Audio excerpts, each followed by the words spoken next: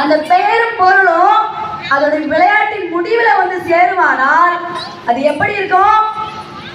அதே பெயர், அதே சொல், அதே பொருள் அமைவது குறைவு. இது அந்த விளையாட்டிற்கு மட்டும் பொருத்தமல்ல. இது நம்ம சமுதாயத்தில் இருக்கிறோம். ஒரு இடத்துல ஒரு நிகழ்வு நடக்குதுன்னு சொல்லி நம்ம என்ன பண்றோம்? செய்தித்தாளில் வாசிக்கிறோம். அது அங்கு அப்படி அவ்வண்ணமே நடந்ததா என்றால் கேள்விக்குறி.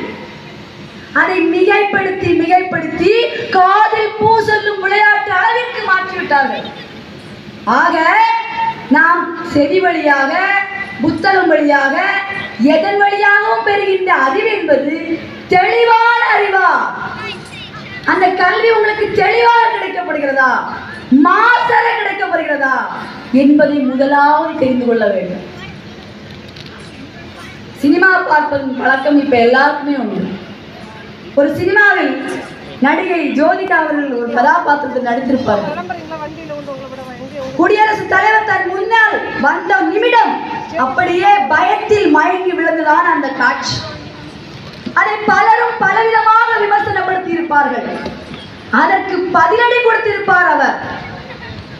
ஆனால் இன்று நாம் புரிந்து கொண்டு வாழுகின்ற இந்த வாழ்க்கையில் நம்மை குறை கூறுபவர்கள், கல்வி என்ற பெயரில் நிறைய பொருள் விளக்கம் தருபவர்கள் சரியான பொருளை தான் தருகிறார்களா என்று கேட்பதற்கு, விமர்சனம் செய்வதற்கு, பதிலளிப்பதற்கு நிறைய பேருக்கு தைரியம் இல்லை. கல்வி மாசற அற்ற கல்வியாக இருக்க வேண்டும், மாசு அற்ற கல்வியாக இருக்க வேண்டும் என்று என்னுடைய உரையை இப்படி துவங்க. அப்ப அந்த கல்வியின் சிறப்பு என்ன? கல்வி மாசற இருக்கணும். அந்த கல்வியின் சிறப்பு என்ன? மூதுரை அழகா சொல்லுவாங்க. என்ன சொல்லுவாங்க? மன்னரும் மாசற கற்றோரும் சீர்தூக்கின்.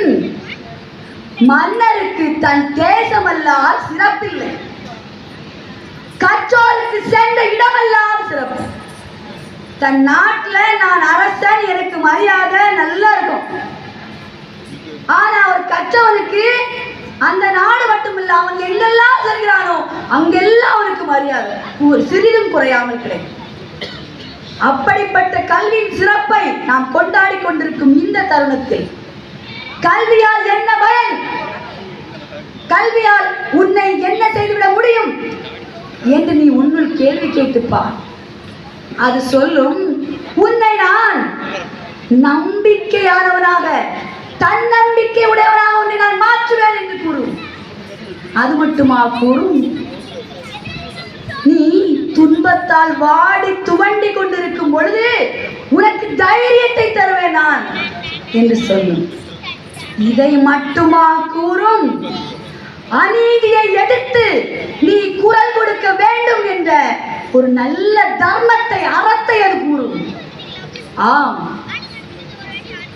நிலா பாரு நிலா பாரு நீலவானிலே, நிலா பாரு நிலா பாரு நீலவானிலே, நாம் நடக்க கூட வந்திடுமே, நாம் நடக்க கூட வந்திடுமே.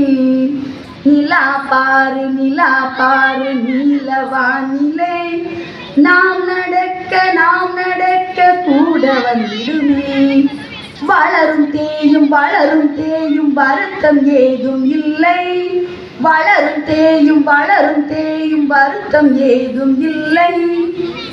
வானில் மேகம் மறைத்த போதும் வாடி நின்றதில்லை, வானில் மேகம் மறைத்த போதும் வாடி நின்றதில்லை. தெரியும், நிலாவுக்கு தெரியும் மேகம் அப்படியே நிற்கிறதில்ல ஒரே இடத்துல, அது நகர்ந்து கொண்டே தான் இருக்கும், தெரியும். அப்படி தெரிந்த அந்த நிலா மேகம் போனதும் நம்ம என்ன பண்ணலாம்? பிரகாசமா ஒளி வீசலான்னு சொல்லி அதற்கு தெரியும். அதை கற்ற கல்வியாளர்கள் நமக்கு தெரிகிறதா? துன்பம் வந்ததும் அவ்வளவுதான் வாழ்க்கையே அப்படின்ட்டு 2 நாட்களுக்கு முன்னாடி உள்ள செய்தித்தாள் எடுத்து புரட்டி பார்த்து அங்க ஒரு செய்தி. கன்னியாகுமரி மாவட்டம், கல்வியின் முதலிடத்தில் வைக்கும் கன்னியாகுமரி மாவட்டத்தில் ஒரு முதியவர் தொழில் நஷ்டத்தின் காரணமாக தற்கொலை முயற்சி முயற்சியில் ஈடுபட்டதாகவும் அந்த தற்கொலை முயற்சியில் இருந்து அவரை காப்பாற்றிய ஒரு புகைப்பட கலைஞர் அவரை காவல்துறை அதிகாரியிடம் ஒப்படைத்ததாகவும் அந்த தகவல். ஒரு நிலாக்கு தெரியுது மேகம் சற்று நேரம் கூட ஒரே இடத்தில் இருக்காது, நகரும். ஒரு முதியவர், தொழில் அனுபவம் மிக்கவர், தொழில் நஷ்டம் வந்தவுடன் ஏன் இந்த முடிவு? உங்களுடைய கற்ற கல்வி கை கொடுக்கும், ஆனால் அதன்படி நிற்பதற்கு ஏன் தெரியவில்லை. அதனால்தான் கற்ற பின் நிற்க அதற்கு தக என்னும் இந்த தலைப்பிற்குள் நான் மிகவும் ஆர்வத்துடன் நுழைகிறேன்.